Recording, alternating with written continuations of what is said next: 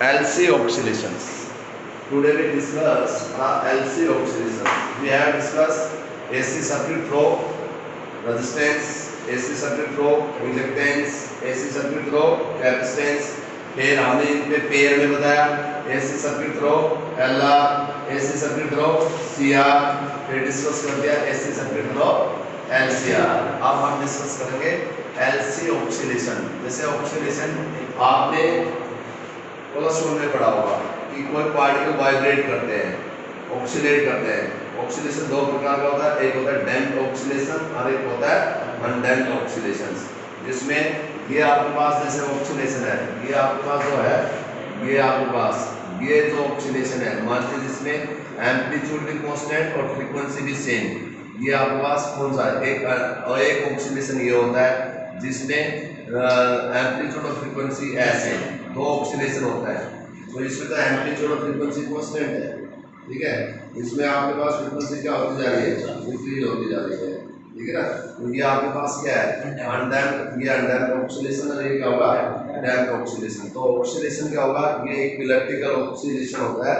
ये LC circuit में होता है. एलसी सर्किट होता है जिस सर्किट में ओनली इंडक्टर और कैपेसिटर हो. क्या ओनली इंडक्टर एंड कैपेसिटर. तो एलसी ऑक्सीलेशन का होता है when a capacitor, that is not in your notes, you can write, when a capacitor is discharged,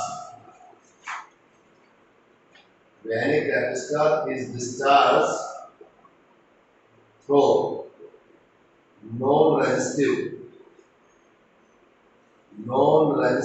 का मतलब non-resistive इंडक्टर. non-resistive इंडक्टर को हम आइडियल इंडक्टर भी कह सकते हैं. कि आइडियल इंडक्टर का मतलब non resistive inductor, ideal inductor, ideal inductor. तो एलसी ऑक्सीलेशन में क्या पढ़ रहे हो आप? When a capacitor is discharge from an non resistive. Non resistive inductor का मतलब होता है आइडियल इंडक्टर. जब किसी कैपेसिटर को डिस्चार्ज किया जाए थ्रू नॉन रेजिस्टिव इंडक्टर या ideal inductor, then electric oscillations of constant amplitude, electric oscillations of constant amplitude and frequency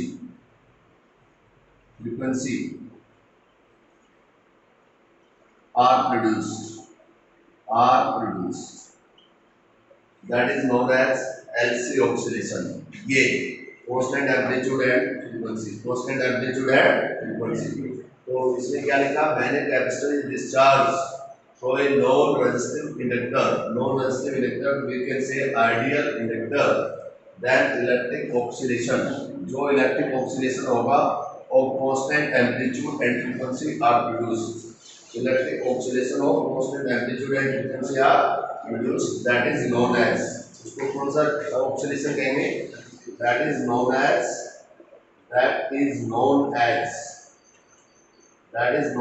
LC oscillation. ये आपके पास LC ऑक्सीलेशन है. और जब कांस्टेंट एम्पलीट्यूड एंड फ्रीक्वेंसी ऐसे ऑक्सीलेशन को हम अनडैम्प्ड ऑक्सीलेशन भी कहते हैं. कौन से ऑक्सीलेशन हो गया? Undamped oscillation. तो LC ऑक्सीलेशन में आपने पढ़ा. अब आप कैसे आप एलसी ऑक्सीलेशन के थ्रू आप कई केस चलेंगे. अब ध्यान से एक केस को आपने ध्यान से समझना है, सुनना है. तो हम आज आपको एलसी ऑक्सीलेशन बना रहे हैं कि किसी इलेक्ट्रिक सर्किट के कारण ऐसा ऑक्सीलेशन हो कि उसके अंदर एम्पलीट्यूड और फ्रीक्वेंसी दोनों कांस्टेंट हो. Amplitude and frequency. तो एलसी ऑक्सीलेशन का मतलब आपने दो एलिमेंट लेने पड़ेंगे. एक सर्किट ऐसी लेनी पड़ेगी जिसमें एक इंडक्टर हो और एक क्या हो? कैपेसिटर. और इसमें एक सबसे इम्पोर्टेंट पॉइंट है, एलसी ऑक्सीलेशन में जो इलेक्ट्रिक एनर्जी का एक्सचेंज होता है. इस एनर्जी का होता है इलेक्ट्रिकल एनर्जी. देखिए दो प्रकार की एनर्जी बताई है. यदि कैपेसिटर फुल्ली चार्ज है, तो कौन सी एनर्जी स्टोर्ड है? When the capacitor is fully charge. जब कैपेसिटर फुल्ली चार्ज होता है इलेक्ट्रोस्टैटिक फील्ड एनर्जी स्टोर होती है. ये क्या मैंने प्रूव कर रखी है? नहीं, फर्स्ट यूनिट में ये इलेक्ट्रोस्टैटिक फील्ड एनर्जी स्टोर्ड है क्लोज द कैपेसिटर। कैपेसिटर के अंदर जो इलेक्ट्रोस्टैटिक फील्ड एनर्जी जो पोटेंशियल एनर्जी स्टोर होती है, ये फॉर्मूला है। कैपेसिटर के अंदर एनर्जी स्टोर करो कैपेसिटर, इसको ये भी कह सकते हो और ये भी। आपको याद दिलाने के लिए, क्या ये प्रूफ करवा रखा है? नहीं है, ये आपके पास फर्स्ट यूनिट में है। इलेक्ट्रोस्टैटिक फील्ड एनर्जी स्टोर ये जब आता है जब कैपेसिटर फुल्ली क्या हो, चार्ज। जब फुल्ली क्या हो, चार्ज। कैपेसिटर फुल्ली चार्ज होता है तो इलेक्ट्रोस्टैटिक फील्ड एनर्जी स्टोर होती है। और जब कैपेसिटर फुल्ली डिस्चार्ज हो जाता है तो जो एनर्जी स्टोर होती है वो इंडक्टर के अक्रॉस होती है। ये एनर्जी कैपेसिटर के अक्रॉस स्टोर हुई है, ये एनर्जी इंडक्टर के अक्रॉस स्टोर होती है 1/2 Li02। ये है मैग्नेटिक फील्ड एनर्जी स्टोर। कौन सा एनर्जी स्टोर है ये? Magnetic field energy store. ये तब होती है जब कैपेसिटर फुल्ली डिस्चार्ज हो जाए। ये तब होती है जब कैपेसिटर चार्ज होता है। चार्ज कैपेसिटर के अक्रॉस इनिशियली ये एनर्जी स्टोर होती है। डिस्चार्ज कैपेसिटर होने के बाद वो अपने करंट को पास करता है किसके अक्रॉस? कॉइल के अक्रॉस। तो कॉइल में एनर्जी स्टोर होती है मैग्नेटिक फील्ड एनर्जी स्टोर। क्या होता है? Magnetic field energy store. मैं सर्किट डायग्राम से आपको समझाना चाहूंगा। फॉर एग्जांपल, यहाँ आपके पास एक कॉइल है, इंडक्टर कॉइल है। मान लीजिए ये आपके पास स्विच है और ये आपके पास कैपेसिटर है। फिलहाल कहता है भाई ये आपके पास जो कैपेसिटर है ये फुल्ली चार्ज है। तो ये यदि कैपेसिटर फुल्ली चार्ज है तो यहाँ इलेक्ट्रोस्टैटिक फील्ड एनर्जी स्टोर होगी। कौन सा एनर्जी स्टोर होगी? Electrostatic field energy. और जब हम इसको, यहाँ पे आप फिलहाल कोई करंट नहीं जा रहा, there is no current is flow, और यदि हम इसको यदि कनेक्टेड कर दे तो यहाँ से कैपेसिटर से ये चार्ज, ये करंट जाएगा। क्या जाएगा यार? करंट। यदि करंट जाएगा तो इसके अंदर क्या ट्रेवल करेगी? Magnetic field lines. यदि मैग्नेटिक फील्ड लाइंस ट्रेवल करेगी या नहीं करेगी? So phi is proportional to I. और पूरा का पूरा सिस्टम, यहाँ जो एनर्जी जो स्टोर होगी वो आपके पास एनर्जी कौन सी? एनर्जी स्टोर थ्रू इलेक्ट्रिक क्या होता है? 1/2 मैक्सिमम Li02। ये आपके पास एनर्जी जब स्टोर होगी जब इसने, इसके पास जो भी बेचारे के पास चार्ज था, इसने चार्ज को अलाउ कर दिया, चल भाई फ्लो हो जा। इसका सारा का सारा फ्लो चार्ज करंट जो करंट इसमें आ गया और यहाँ पे जो मैग्नेटिक फील्ड एनर्जी स्टोर होगी, क्या होगी? Magnetic field energy store. तो एलसी ऑक्सीलेशन में यही है। एक बार initially electrostatic field energy store होती है, फिर कौन सी एनर्जी स्टोर होती है? Magnetic field energy. और ये वाइस वर्सा है कि there is exchange of energy. There is किसके बीच में? Exchange of energy. किसके बीच में? Capacitor and inductor. When capacitor is fully charge, when capacitor is fully charged, then electrostatic field energy is stored across the capacitor. But when the capacitor is fully discharged, जब वो discharge होगा, then magnetic field energy is stored across the इसके inductor. फिर इसके अंदर store हो जाएगी। फिर दोबारा ये जब फुली स्टोर हो जाएगा, ये डिस्चार्ज हो गया, फिर ये करंट फ्लो करेगा। फिर दोबारा से इसकी जो एनर्जी है सारी किसमें चली जाएगी? Magnetic field energy. इसमें ये मैग्नेटिक फील्ड एनर्जी किसमें चली जाएगी? इलेक्ट्रोस्टैटिक फील्ड एनर्जी के टर्म में स्टोर होना स्टार्ट हो जाएगा। और फिर मैग्नेटिक फील्ड एनर्जी किसमें कन्वर्टेड होगी? दोबारा इलेक्ट्रोस्टैटिक फील्ड एनर्जी। तो यानी कि इलेक्ट्रिक ऑक्सीलेशन में एक एनर्जी का एक्सचेंज होता है। कौन सी एनर्जी का एक्सचेंज होता है? इलेक्ट्रिक फील्ड एनर्जी और मैग्नेटिक फील्ड एनर्जी के बीच में एक्सचेंज होता है। ओके, एक्सचेंज का मतलब समझिए। सबसे पहले कौन सी एनर्जी स्टोर होती है? जब initially electrostatic field energy stored across the capacitor when it is fully charged and there is no energy stored across the inductor, यानी मैग्नेटिक फील्ड एनर्जी नहीं होगी। जब ये पूरी डिस्चार्ज हो जाएगा, डिस्चार्ज मतलब माने मेरे पैसे निकलने स्टार्ट हो गए या चार्ज फ्लो कर रहा है, करंट इसमें से जितना चार्ज फ्लो करेगा चार्ज कम होता चला जाएगा, ये डिस्चार्जिंग हो जाएगा। ये डिस्चार्जिंग जितना ज्यादा डिस्चार्ज होगा उतना ही करंट इंडक्टर के अक्रॉस आएगा, और जितना इंडक्टर के अक्रॉस आएगा उतना फ्लक्स चेंज होगा, जितना फ्लक्स चेंज होगा उतना ही आपके पास क्या होगा? Phi equal to L I. वही फॉर्मूला दोबारा एनर्जी स्टोर कर ड्राइव करूं क्या मैं? बोलो, एनर्जी स्टोर कर इलेक्ट्रिक पढ़ा दिया। तो ज्ञान की कहने का मतलब ये आपके पास आप क्या लिखेंगे? अब आप ये लिखेंगे कि इसमें एक पॉइंट और लिख लो, in LC oscillation there is exchange of energy.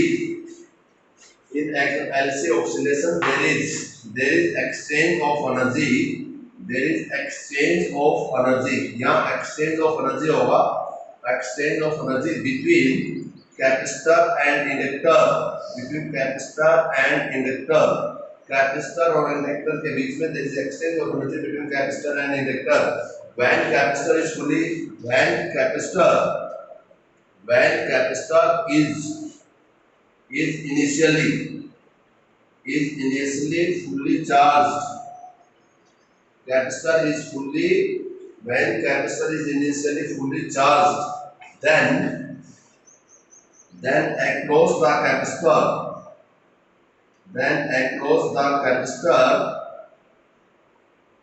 electrostatic field energy is stored.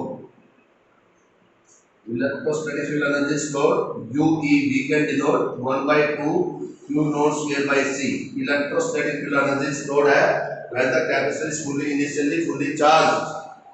Then कौन सा एनर्जी स्टोर होगी? Electrostatic field energy stored 1 by 2 Q naught square by C.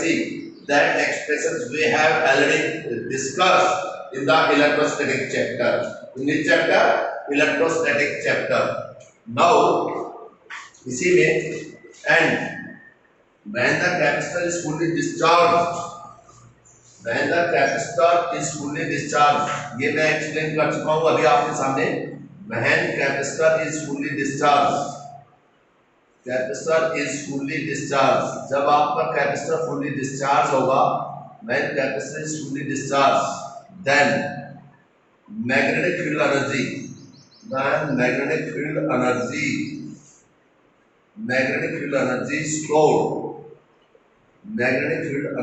is stored across the inductor. Magnetic field energy is stored across the inductor, और UV is equal to 1 by 2 Li naught square. Magnetic field energy is stored across the inductor when the capacitor is fully discharged, और vice versa. Is it right? क्या हो गया? Vice versa means अब magnetic field energy stored इसमें stored हो जाएगी. आप electric field energy तो मैग्नेटिक फील्ड एनर्जी स्टोर होगी, मैग्नेटिक फील्ड एनर्जी किसी में वापस इलेक्ट्रोस्टैटिक फील्ड एनर्जी में स्टोर हो जाएगी. Is it right? यस और नो?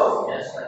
अब इसमें इसका जो एक्सप्लेनेशन होगा, डायग्राम से एक्सप्लेनेशन होता है, वो आप ध्यान से सुनिए कि कैसे. फिर इसका मैथमेटिकल ट्रीटमेंट भी बताएंगे और एनर्जी स्टोर का सम भी बताएंगे कैसे होगा. तो इन्हें एनसी ऑक्सीडेशन में देखिए मैं ओनली एक्सप्लेन करूंगा and you have to make your notes. सभी बच्चे अपने अपने नोट्स बनाएंगे कि बस, क्योंकि आप ध्यान से सुनिए. फर्स्ट कंडीशन ये आपके पास कैपेसिटर है. Attention please. ये फुली चार्ज है. मान लीजिए ये फुली चार्ज है, यहाँ पे फुली चार्ज, ये आपके पास फुली चार्ज है. मैं आपको दिखा रहा हूँ, ये इलेक्ट्रिक फील्ड लाइंस आपके पास ये ऐसे फील्ड ये डेवलप होगा, फुली चार्ज है. फिलहाल हम मानते हैं ये आपके पास इंडक्टर है, ये हम फर्स्ट सिचुएशन ले रहे हैं. ओके. और हम ये मानते हैं कि there is no current is flow. यहाँ पे पहले कंडीशन है there is no current is flow. जब यहाँ पे कोई भी करंट फ्लो नहीं हो रहा तो what will be happens, that is the first situation. तो यहाँ तो इलेक्ट्रोस्टैटिक फील्ड एनर्जी स्टोर होगी half Q naught square by C, और यहाँ पे मैग्नेटिक फील्ड एनर्जी स्टोर होगी ये, जिसका magnetic field energy is there is no magnetic field energy is stored. If there is no current is flow, there is no current is flow. अब first condition ऐसे आप देखेंगे, diagram बनाएंगे, ये 3-4 diagram बनाएंगे. तो पहला डायग्राम में क्या है कि यहाँ पे capacitor is initially fully charge. Capacitor is fully charge. I is जो का मतलब नो करंट इज फ्लो. तो करंट फ्लो नहीं होगा तो मैग्नेटिक फील्ड एनर्जी क्या होगी? जीरो. कोई मैग्नेटिक फील्ड एनर्जी स्टोर नहीं होगी. This is the first situation. Second situation में सुनिए. सेकंड सिचुएशन में ये आपके पास दिस इज द इंडक्टर. ध्यान से सुनिए, ये आपके पास इंडक्टर है. This one is the inductor. और यहाँ से ये आपके पास कैपेसिटर है. यहाँ पे हम मानते हैं आप जैसे इसमें था ये, अब यहाँ से आपका करंट फ्लो कर रहा है. This one is the current. अब यहाँ करंट फ्लो कर रहा है तो यहाँ पे अब कैपेसिटर आपका डिस्चार्ज होना स्टार्ट हो गया. कैपेसिटर डिस्चार्ज स्टार्ट हो गया तो यहाँ पे आप ये आपके पास ये लाइन दिखाएंगे आप, ये आप कम से कम आप 2 लाइन दिखाएंगे. ये आपके पास 2 लाइन ऐसे. अब यहाँ पे ये करंट आ रहा है, ये करंट आ रहा है. दिस वन ये करंट. अब आपके पास समझिए दिस वन इज द ये फील्ड लाइंस ट्रेवल कर रही है. ये समझ में आया? नहीं आया तो मैं एक अच्छे से फिर बना देता हूँ. सभी बच्चों ने बनाना है कि ये ऐसे आ रहा है ये, तो फील्ड लाइंस कैसे है? ऐसे, एक ऐसे, एक ऐसे, ऐसे आपके पास आप ये फील्ड लाइंस, तो ये करंट ऐसे आ रहा है, करंट ऐसे आ रहा है, ये करंट अंदर जा रहा है, और ये साउथ पोलरिटी, ये नॉर्थ, फील्ड लाइंस नॉर्थ से अंदर आपके पास चलेगी साउथ से नॉर्थ, ये एरो, ये साउथ से नॉर्थ, ये साउथ से नॉर्थ, ये अंदर ऐसे। Is it right? ये डायग्राम समझ में आया कि कैसे बना दिया? ओके। अब capacitor start with discharging, capacitor start with discharging. अब यहाँ पे कैपेसिटर डिस्चार्ज हो रहा है, क्या कैपेसिटर इज डिस्चार्जिंग। थर्ड जो केस बनाएंगे, ध्यान से सुनिए, थर्ड जो केस बनेगा, थर्ड केस के अंदर आपके पास जो कैपेसिटर है, कैपेसिटर में देखिए यहाँ 4 लाइन थी, 4 जैसे वही टावर आते हैं, 4 थे फील्ड लाइंस, इसमें 2 होगी, 2 बच गए। अब यहाँ पे क्या कितनी लाइंस ट्रेवल कराएंगे? एनीबॉडी? यहाँ कितने? अब यहाँ डिस्चार्ज हो गया, यहाँ कितनी लाइंस ट्रेवल कराएंगे? 2 तो पहले है, कितनी हो जाएगी अब यहाँ पे? अब यहाँ करंट ये आप यहाँ पे मैग्नेटिक इलेक्ट्रोस्टैटिक फील्ड एनर्जी 0 होगी, और यहाँ पे आपके पास कोशिश करना अच्छे से डायग्राम बना के, यहाँ पे कितने लाइनें ट्रेवल, ये 3, ये कितनी लाइनें कर दो यहाँ पे, इस हिसाब से बनाना कितनी लाइनें होंगी यहाँ पे, 1 2 3, एक लाइन और दे दो, कितनी लाइन, अच्छे से डायग्राम बनाना, ठीक है ना। और ये आपके पास होगी कितनी, 1 2 3 4, 1 2 3 4, कितनी होगी ये? यहाँ पे कितनी फील्ड लाइंस शो किया आपने? डिस्चार्जिंग फ्लक्स धीरे धीरे बढ़ रहा है, करंट पास कर रहा है, सारा करंट एकदम में पास हो गया यहाँ पे। सबसे पहले यहाँ पे करंट पास नहीं हुआ था, यहाँ पे करंट पास था, तो यहाँ फील्ड लाइंस थी, कहाँ थी फील्ड लाइंस? नो। फिर दूसरे डायग्राम में आपने करंट पास किया, आधा वाले आधा चार्ज फ्लो कर रहा है, तो फील्ड लाइंस आधा करंट आया, हाफ, तो फील्ड लाइंस कितनी शो कर दी? 2। और यहाँ पे कंप्लीटली डिस्चार्ज हो गया, कंप्लीटली डिस्चार्ज, यहाँ कंप्लीटली डिस्चार्ज होने से यहाँ कंप्लीटली कैपेसिटर कंप्लीटली डिस्चार्ज हो गया, कंप्लीटली डिस्चार्ज हो गया, तो क्या बनेगा यहाँ पे? यहाँ पे कंप्लीटली डिस्चार्ज हो गया, तो इलेक्ट्रिक फील्ड एनर्जी स्टोर किया हो गया 0। यहाँ कौन सी एनर्जी स्टोर होगी? यहाँ पे मैग्नेटिक फील्ड एनर्जी। कौन सी एनर्जी स्टोर होगा? Magnetic field energy. और मैग्नेटिक फील्ड एनर्जी क्या बनेगी? Half L I not square. बिल्कुल ठीक बोला, क्योंकि मैक्सिमम हो गया, half L I not square. यहाँ पे भी एनर्जी तो स्टोर होगी, but half L I not square नहीं लिख सकते। यहाँ क्या लिखेंगे? यहाँ पे एनर्जी स्टोर हुई उसको क्या लिखेंगे? यूई, यूबी को, क्योंकि मैक्सिमम नहीं कह सकते, L I square, half L I square, क्या कहेंगे? हाफ एल आई, और यहाँ पे मैक्सिमम करंट हो गया, और ये फुल्ली क्या हो गया? डिस्चार्ज। कैपेसिटर इज, ये कंडीशन कौन सी है? Capacitor fully charge, fully charge है, तो कौन सी एनर्जी स्टोर है? Electrostatic field energy. यहाँ कौन सी एनर्जी स्टोर है?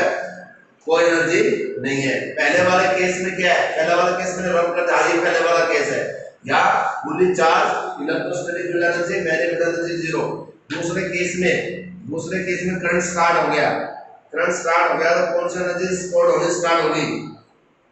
Magnetic field energy. बट यहाँ पे मैक्सिमम होगी, मैक्सिमम मींस इसमें ये फुल्ली डिस्चार्ज हो गया, ये फुल्ली चार्ज, ये डिस्चार्जिंग स्टार्ट हुई है, डिस्चार्जिंग। और ये कंडीशंस कब है? जब फुल्ली डिस्चार्ज हो गया, जब ये फुल्ली डिस्चार्ज हो गया, तो कौन सी एनर्जी? यहाँ इलेक्ट्रोस्टैटिक फील्ड एनर्जी क्या होगी? 0। यहाँ कौन सी एनर्जी स्टोर हुई है? Maximum magnetic field energy store. क्या मैक्सिमम मैग्नेटिक फील्ड एनर्जी? ये फर्स्ट साइकिल है। If you have any problem about this cycle, बोलिए। तो ये आपके पास कितने डायग्राम बने हैं? 3 बने हैं। कितने बने हैं? 3। अब चौथा डायग्राम सुन लीजिए। अब चौथा डायग्राम, अब यहाँ पे आप ये फुल्ली आपके पास क्या हो गया? ये फुल्ली आपके पास है फुल्ली डिस्चार्ज हो गया, फुल्ली क्या हो गया? डिस्चार्ज। आप ये इसको कहेंगे मैं तो डिस्चार्ज हो गया, तो चल अब मैं तेरे को चार्ज करना स्टार्ट करता हूँ, चार्ज करना स्टार्ट। अब चार्ज करना स्टार्ट होगा तो क्या बनेगा? आप ध्यान से सुनिए। अब charge need to repeat, yes. देखिए ये बड़ा आर्टिकल है, बात नहीं होगा, अभी पूछ लो। ये एक स्टेप क्लियर हो गया, समझ में आया? अब दूसरा स्टेप सुनिए। अब दूसरा स्टेप कैसे बनेगा? अब इससे आगे ये डिस्चार्ज हो गया, अब यहाँ पे आप ये कैपेसिटर, आप इसको चार्ज करना स्टार्ट कर दो। कैसे? अब यहाँ पे चार्ज हो गया, ये आपके पास क्या था? अब यहाँ पे चार्ज स्टार्ट करेंगे। कैसे चार्ज स्टार्ट करेंगे? ये आपके पास फील्ड लाइंस है, ठीक है। अब ये आपके करंट की डायरेक्शन है, करंट की तो होगी। आप यहाँ से 4 लाइन के बजाय आप कितनी लाइन शो कर दो, या 4 लाइन एकदम सारी की सारी इसमें डेवलप नहीं होगी।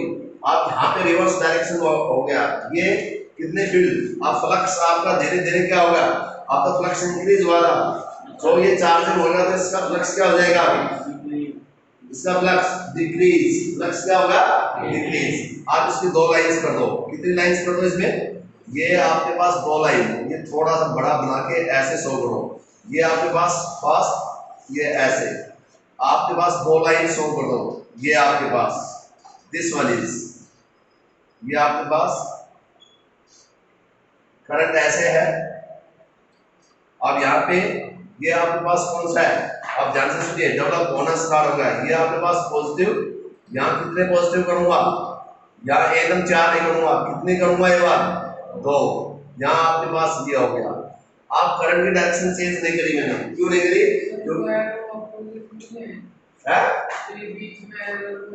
हाँ बीच वाला ये अपोजिट ऐसे जाएगा, बीच वाले ये साइड वाले ऐसे, ये बीच वाले ऐसे जाएंगे। ठीक है, अरे समझ में आया नहीं, क्योंकि आउटसाइडर तो ये साउथ से नॉर्थ और नॉर्थ से साउथ। तो यहाँ पे क्या बनेगा आप सुनिए। अब ये डिस्चार्जिंग होना स्टार्ट हो गया, चार्जिंग डिस्चार्जिंग। अब हाँ ये डिस्चार्ज, इसके करंट जा रहा है, ये करंट की डायरेक्शन मैंने चेंज नहीं करी। क्यों नहीं करी, चेंज करी, क्योंकि ये फ्लक्स डिक्रीज हो रहा है। और लाइन क्लास है क्या है, यदि फ्लक्स डिक्रीज होता है तो करंट उसी डायरेक्शन में लगता है, उसी डायरेक्शन में। लाइन क्लास कहता है यदि फ्लक्स इंक्रीज हो रहा है तो मैं उसके अपोजिट काम करूंगा, और डिक्रीज हो रहा है तो सेम डायरेक्शन। यहाँ फ्लक्स डिक्रीज हो रहा है तो करंट की डायरेक्शन वही रहेगी। पॉइंट टू नोटेड नहीं आया समझ में, अरे आया नहीं आया, करंट की डायरेक्शन। अब यहाँ पे तो ये स्टार्ट हुई चार्जिंग, और फिर ये अब ये 2, अब जब ये फुली चार्ज होगा तो क्या बन जाएगा, अब आप डायग्राम तो बना ले। जब ये फुली चार्ज हो जाएगा तो यहाँ कितने बन जाएगा, फुली चार्ज कितने बन जाएगा, ये 4। ये आप क्या हो गया, फुली चार्ज। ये फुली चार्ज होगा तो यहाँ 2 लाइंस के बजाय टोटल कितनी लाइन शो कर देंगे आप यहाँ पे, 4। अच्छा से डायग्राम बना लेना भाई पेंसिल से। ये 4 लाइंस, कितनी लाइंस हो जाएंगी, 4 लाइंस। अब ये फुली क्या हो गया, फुली चार्ज, क्या होगा फुली। अब यहाँ फुली चार्ज होगा तो यहाँ कौन सी एनर्जी स्टोर, यहाँ ये 0 हो जाएगा, ये 0 हो जाएगा तो, और यहाँ पे कौन सा एनर्जी स्टार्ट हो जाएगी, हाफ। यहाँ पे कौन सी बन जाएगी, शाबाश। या नहीं सुनो सुनो सुनो, 4 नहीं होगी, ये जो 2 थी ये भी खत्म हो जाएगी, सॉरी ये जो 2 थी ये भी क्या हो जाएगी, ये 4 से कितनी बची थी, ये 4 से कितनी बची थी, 2, और 2 से सॉरी 2 से 1 भी नहीं बचेगी। और ये पहले वाली कंडीशन होगी, और ये फुली चार्ज। और यहाँ करंट जो हो गया वो क्या बन जाएगा दोबारा, 0।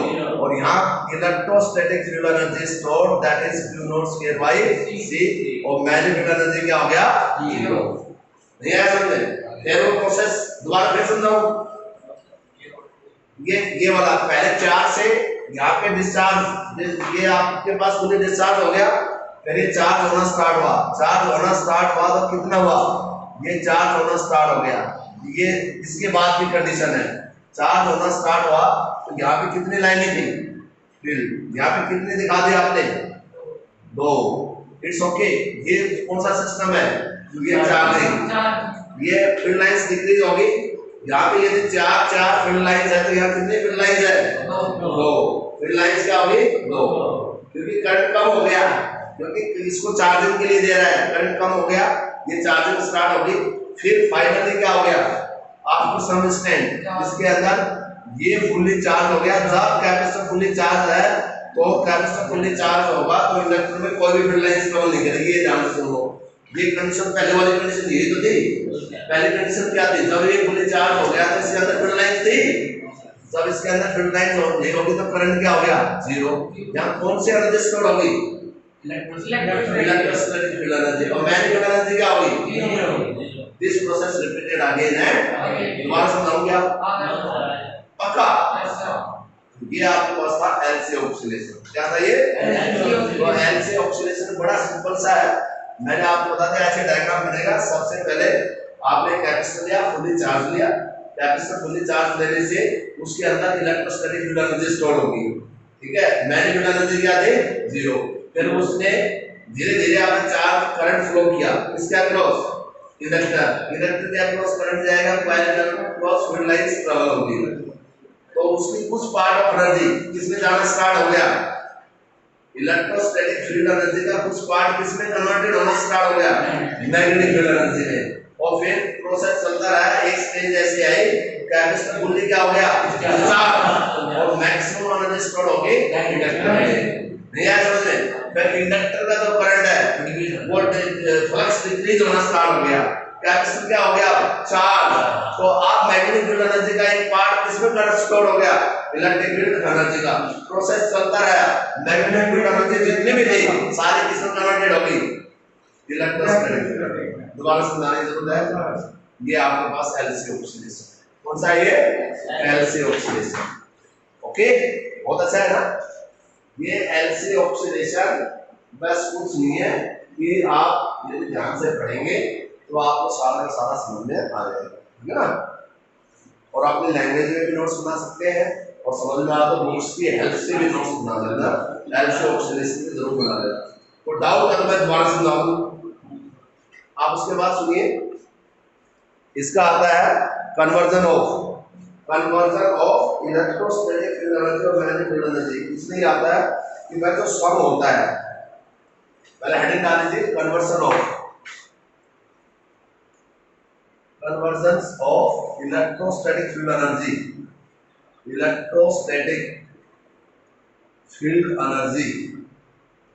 Electrostatic field energy UE and magnetic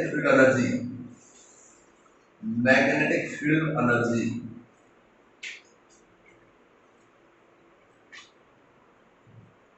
UB। कैसे, कई बार आते हैं इन दोनों का। इलेक्ट्रोस्टैटिक फील्ड एनर्जी क्या होता है, देखो, एट एनी इंस्टेंट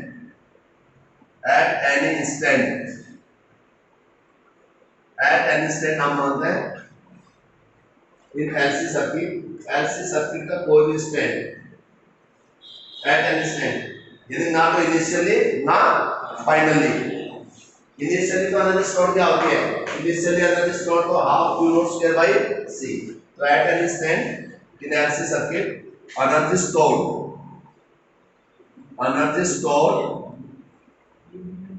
आवाज नहीं, energy store through a capacitor, energy stored through a capacitor UE of Q square by C।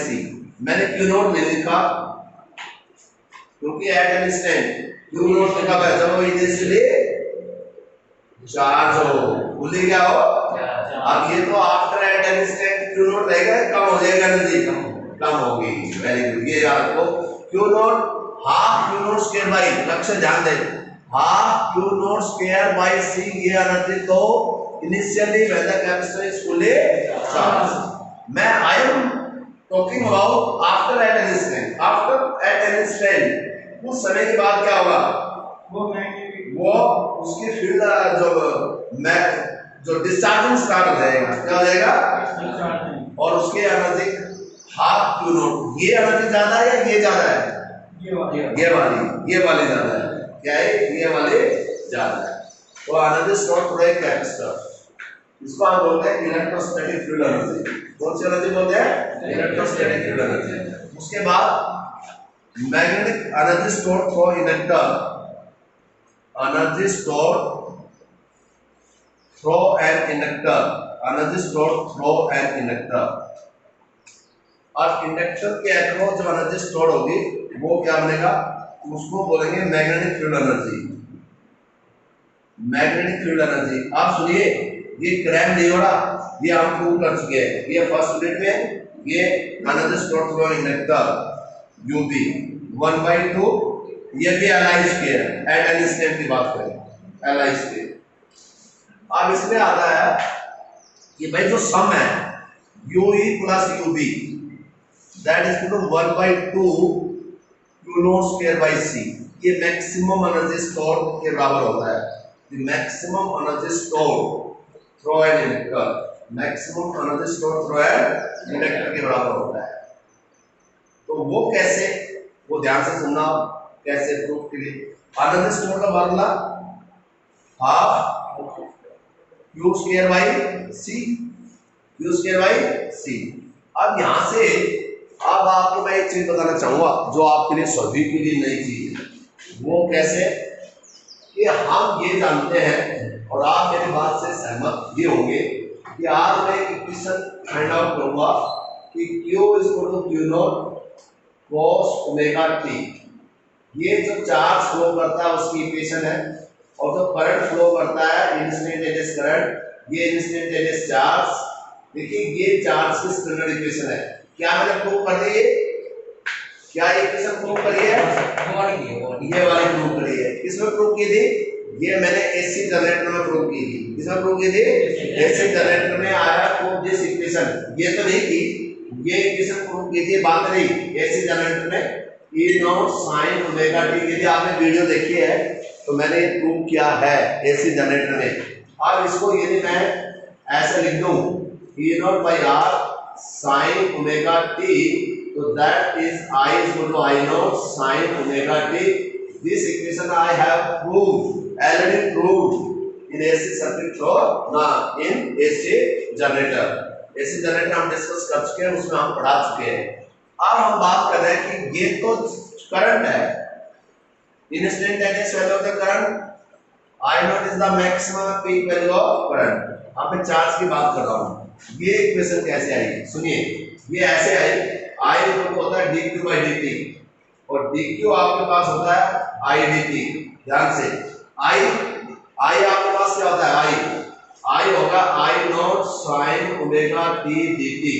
यानी मैं आपको सबसे पहले इक्वेशन ही बताना चाहूंगा ये इक्वेशन कैसे आई। ये आने के बाद तो आर्टिकल ही हो जाएगा, ये dq यहां से और ये होगा I not sin omega t। यदि मैं इसका इंटीग्रेशन करूं तो इसका q आ गया, ओके इंटीग्रेशन, और इसका क्या बनेगा I नॉट, और साइन का क्या बनेगा साइन का इंटीग्रेशन, ये dt साइन का क्या बनेगा माइनस, यहाँ पे क्या बनेगा cos omega t by omega. Is it right? ये आएगा, यहाँ पे आपके पास आ गया minus I not by omega और यहाँ बन गया cos ओमेगा t। यदि मैं बात करूं, क्या बात करूं, यदि मैं बात करूं t इक्वल टू 0, यदि इनिशियली टाइम 0 है, देयर इज नो डिस्चार्जिंग, तो q इक्वल क्या होगा q नॉट। ये q इक्वल q नॉट बोलो, होगा नहीं होगा? इज इट राइट आंसर हो? तो t यदि 0 पुट करता हूं तो q नॉट के बराबर हो गया, q नॉट हो गया minus I not by omega, और cos 0 क्या होता है 1। t के वैल्यू 0 पुट करो तो cos 0 क्या हो गया 1। कहने का मतलब q नॉट की वैल्यू किसके बराबर आ गई minus I not by omega. तो यहां से जो ये इक्वेशन थी इसको हम क्या ले सकते हैं, इसको मैंने लिख दिया q equal to q naught cos omega t। आप ये नहीं कह सकते कि वशिष्ठ ने चार्ज की इक्वेशन भी क्रैक बना दिया। और समझ में आया पक्का? नहीं तो रिपीट। अब ये आपके पास चार्ज की इक्वेशन है, आप नोट भी कर सकते हैं कि सर ने दो इक्वेशन बताई, ये एसी जनरेटर में बताई, और ये सर ने ये इक्वेशन कैसे निकाली, I dq by dt, dq by dt। I आपके पास ये होता है और मैंने इसका इंटीग्रेशन कर दिया, और when t is equal to 0, initially जब t 0 होगा तो मैक्सिमम चार्ज क्या होगा q is equal to q। ये आया समझ में?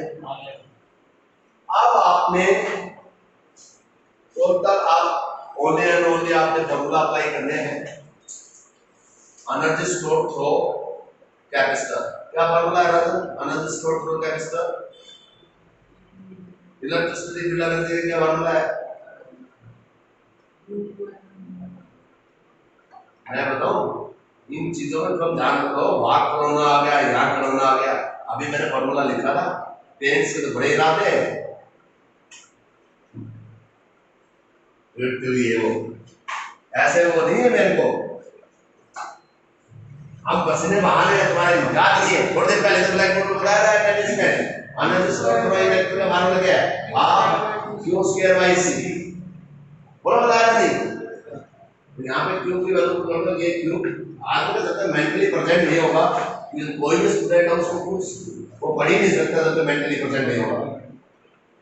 ये सर ने फार्मूला बताया है Q equal to Q naught cos omega. किसी बच्चे को पूछ सकता हूँ, फार्मूला पहले बता दिया, हाफ क्यू, यहाँ पे बन गया क्यू नॉट स्क्वायर, क्यू की वैल्यू पुट कर दी, Q naught square cos square omega T और y क्या हो गया c स्क्वायर।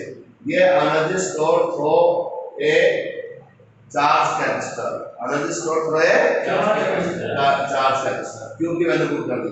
और फील्ड एनर्जी का फार्मूला क्या होता है, half L I square, L I not square नहीं कह सकते क्योंकि हम एट एनी इंस्टेंट के लिए निकाल रहे हैं, एट एनी इंस्टेंट। तो यहाँ पे आप आई की वैल्यू पुट कर दो, हाँ यहाँ पे बन जाएगा यू बी, यहाँ पे क्या बनेगा हाफ आई की वैल्यू आप वो क्या पुट करेंगे, आई नॉट सेट। हाँ एक चीज और सुनो, यदि आपके पास आई को ऐसे ले सकते हैं D Q by D T, अब क्यू की वैल्यू क्या है क्योंकि इस फॉर्म में लेंगे, क्यू की वैल्यू इसी फॉर्म में तो होगा क्यू नॉट और होगा cos ओमेगा टी और ये dy dt इसमें लेना, क्या लेंगे यहाँ क्यू नॉट और यहाँ बनेगा ओमेगा और ये बनेगा sin ओमेगा टी। बेटा ये वैल्यू लेनी पड़ेगी, ठीक है ना, क्योंकि चार सी बने तो 1/2l इसका स्क्वायर क्या बनेगा वही Q naught square omega square और यहाँ क्या बनेगा sin स्क्वायर ओमेगा टी। अब दोनों को आप क्या करेंगे, दोनों को यस प्लीज सम कर देंगे, total energy store UE plus UB, तो यूई क्या है half Q naught square by C square, Q naught square C square नहीं आएगा, हाँ वो तो इसका क्यू का स्क्वायर आएगा, क्यू नॉट स्क्वायर बाई सी और यहाँ पे क्या था cos square omega T plus 1/2l Q naught square omega square और sin स्क्वायर ओमेगा टी। बेटा मेहनत से होने चाहिए, तुरंत जवाब देना चाहिए सर ये होगा। आज के टाइम में तो बच्चा नहीं होता है, सबसे पीछे पिछली लाइन में खड़ा हो जाएगा, ये टाइम है u इक्वल टू यहाँ पे बन जाएगा 1/, अब इसमें सुनिए यहाँ पे कॉमन, अब मैं एक चीज बताना चाहूंगा कैसे आप इसको निकाल सकते हैं। ये आपके पास l ओमेगा को क्या लिख सकते हैं, सुनिए ध्यान से, ये हमने एलसी सर्किट में कल पढ़ाया था कि वो सॉरी जब रेजोनेंस फ्रीक्वेंसी हो तो एक्सएल किसके बराबर होता है एक्ससी, XL L omega, एक्ससी 1/e omega और ओमेगा स्क्वायर को क्या ले सकते हैं ओमेगा स्क्वायर या ओमेगा स्क्वायर 1/एलसी, 1 क्या बनेगा एलसी। तो यहाँ पे अब मैं इक्वेशन लिख रहा हूँ, ध्यान से सुनना, 1/2 Q naught square cos square omega T by C plus 1/2l Q naught square और ये ओमेगा स्क्वायर की वैल्यू होगी 1/LC sin square omega T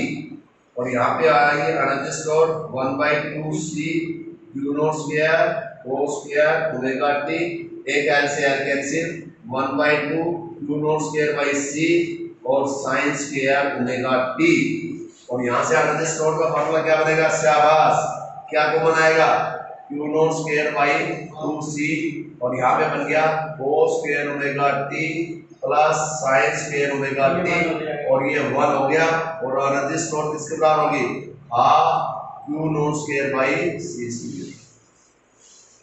नहीं आया समझ में, बोलो ये कल बताया था formula XL equal to XC नहीं, अरे रेजोनेंस कंडीशंस क्या होता है रेजोनेंस कंडीशन, ये रेजोनेंस ऐसे सर्किट रेजोनेंस पे इंडक्टिव रिएक्टेंस किसके बराबर होता है कैपेसिटिव रिएक्टेंस, इंडक्टिव रिएक्टेंस क्या होता है एल ओमेगा, कैपेसिटिव रिएक्टेंस क्या होता है 1/c ओमेगा।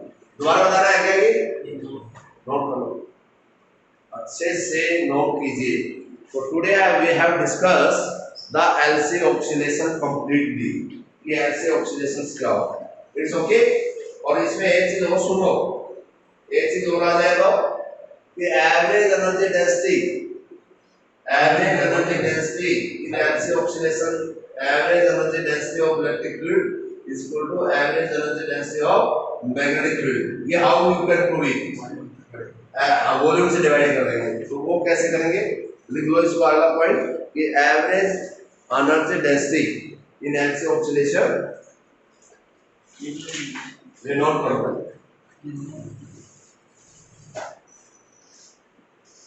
यहां से पूरा का पूरा, ये इनिशियल कोई भी क्रैक नहीं करना है, Nothing else. If you have any doubt, you can ask. Sir, how it was? कौन सा सी? हाँ, ये सी है ना, सी स्क्वायर है, सी है।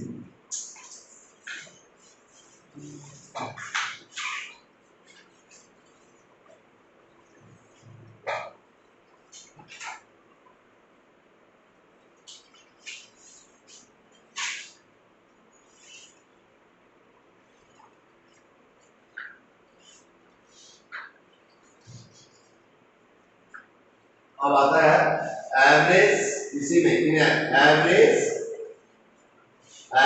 Energy density, average electric field, average energy density, average सुनो, average energy density, energy density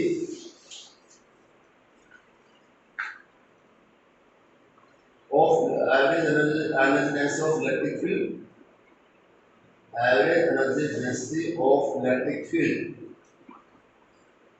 is equal to average energy density of magnetic field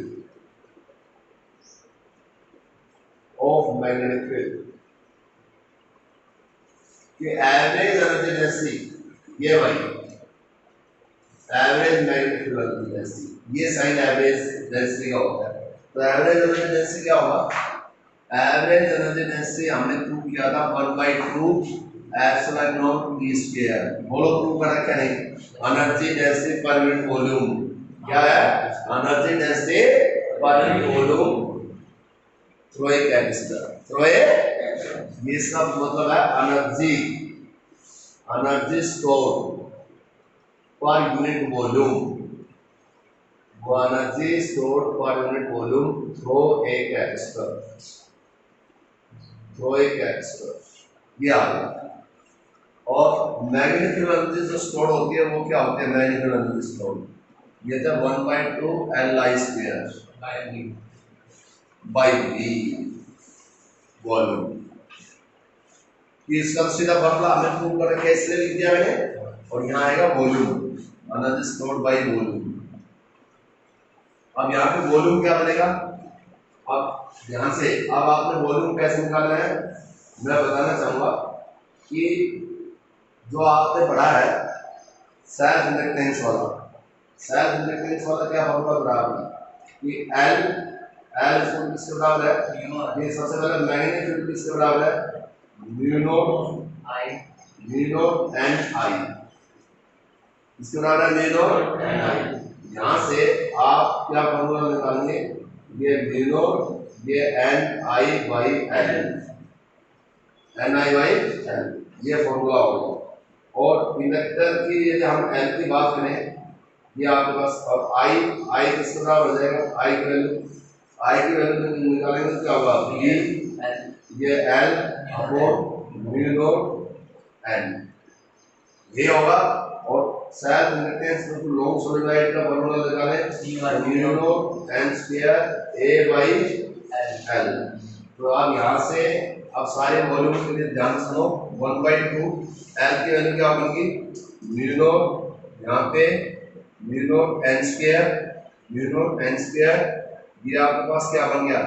A by L. और आई की वैल्यू पुट करेंगे तो आई की वैल्यू क्या है? इसमें सुनो, आई का स्क्वायर करेंगे तो क्या बन जाएगा? आई का स्क्वायर। तो यहाँ पे क्या बनेगा? B square L square mu naught का स्क्वायर, म्यू नॉट स्क्वायर, और क्या बचेगा? म्यू नॉट स्क्वायर और ये N square, mu naught square N square, यही होगा ना? अरे बोलो, आई की वैल्यू, ये तो self inductance due to long solenoid by volume. आप एन स्क्वायर से एन स्क्वायर, एक मिनट ध्यान से सुनो, और एक एल से एल कैंसिल हो गया, ये 1/2 ये होगा बी स्क्वायर, एक म्यू से म्यू कैंसिल, ये होगा म्यू नॉट, और ये एनर्जी स्टोर का फॉर्मूला बता रहा हूँ, ये होगा half B square mu naught square. और यहाँ पे क्या बन गया? हाँ, B square A into L भी आएगा, ए इंटू एल, ये तो एनर्जी हो गया। क्या होगा ये? और बाई वॉल्यूम, और किसी भी volume A is the area of cross section square का, और वॉल्यूम क्या लिख सकते हैं? वॉल्यूम को ए एल लिख सकते हैं नहीं? अरे वॉल्यूम को ए एल लिखना राइट ए से लो लिख सकते हैं। तो ये आपके पास क्या होगा, ये कैंसिल। तो ये आपके पास कौन सी एनर्जी स्टोर होगी, यानी कि average magnetic field energy store का फार्मूला आप पॉइंट टू नोटेड, ये आपके पास आ सकता है कि ये average magnetic field energy store हो गया। कौन सा एनर्जी स्टोर हो गया, average magnetic field energy is store. कौन सी एनर्जी स्टोर होगी, average magnetic field energy is store. तो आपने दो एनर्जी स्टोर निकाल दी, एक आपके पास कौन सी है, आप एवरेज, ये फॉर्मूला तो मैंने फर्स्ट यूनिट में प्रूव किया था। आज देखो ये formula average field energy, average energy density electrostatic field और मैग्नेटिक फील्ड की एवरेज एनर्जी डेंसिटी सबसे इंपॉर्टेंट फॉर्मूला प्रूव हो गया आज आपके पास, b² बाई म्यू नॉट। ये आपके पास b² बाई म्यू नॉट। आप सुनिए, मैं आपसे ये कहूं कि देखिए जो आपके पास c जो होता है, c ये जो वैल्यू होती है ये सारी आरएमएस वैल्यू होती है। कौन सी वैल्यू होती है, ये आरएमएस वैल्यू है। ये आप इस आरएमएस वैल्यू ये समझ में आ गया, ये एवरेज फील्ड एनर्जी, बट ये प्रूव करना है कि ये दोनों एक दूसरे के कैसे बराबर होती है, वो ध्यान से सुनो। अब ये जो वैल्यू है एवरेज आपके पास कौन सी है, that is equal to average electric field energy density average. तो इसकी आरएमएस वैल्यू क्या होगी, 1/2 एप्सिलॉन नॉट। यहाँ पे आरएमएस वैल्यू है तो आरएमएस वैल्यू को क्या ले सकते हैं, ई आरएमएस को क्या ले सकते हैं, ई नॉट बाई रूट 2। तो ई नॉट बाई रूट 2 का स्क्वायर और डिवाइडेड बाई, बस तो इसमें क्या बनेगा, ये बन गया 1/2 epsilon not E not square by 2, ये बन गया 1/4 एप्सिलॉन नॉट ई स्क्वायर। अब मैग्नेटिक फील्ड एनर्जी को सुनिए, अब मैग्नेटिक फील्ड एनर्जी की अब यहाँ पे वैल्यू क्या लिखेंगे, इसकी भी आरएमएस है तो इसकी आरएमएस मैग्नेटिक फील्ड की आरएमएस क्या बनेगी, 1/2, इसकी आरएमएस बनेगी b नॉट बाई रूट 2 और ये b नॉट, क्योंकि b आरएमएस जैसे इलेक्ट्रिक फील्ड की आरएमएस होती है वैसे मैग्नेटिक फील्ड की भी आरएमएस, ये e नॉट बाई 2 ये b नॉट बाई 2। यहाँ पे क्या बन गई 1/4 हो गया, ये 1/4 और यहाँ पे क्या बन गया, ये b नॉट स्क्वायर बाई क्या बन गया mu naught square by mu naught. यहाँ एप्सिलॉन नॉट है, यहाँ एप्सिलॉन नॉट है, यहाँ b नॉट है। अब एक चीज मैं आपको बताना चाहूंगा क्या, कि जो आपके पास है c किसके इक्विवेलेंट है, c की वैल्यू है e naught by b not. तो यहाँ पे b नॉट की वैल्यू यदि आप प्रूव करेंगे तो कैसे आएगा, e naught by b not. तो इसमें आपकी वैल्यू बनेगी, ये आपके पास एप्सिलॉन नॉट है तो यहाँ से a की वैल्यू पुट करो, मान लो b नॉट की वैल्यू पुट करते हैं, सुनते जाओ प्रूव हो जाएगा।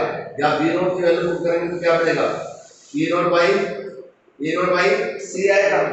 तो यहाँ पे 1/4 b नॉट किसके बराबर होगा, e नॉट स्क्वायर बाई क्या बनेगा, e naught square by c square, ये म्यू नॉट है और ये हो गया c स्क्वायर, क्या हो गया ये c स्क्वायर।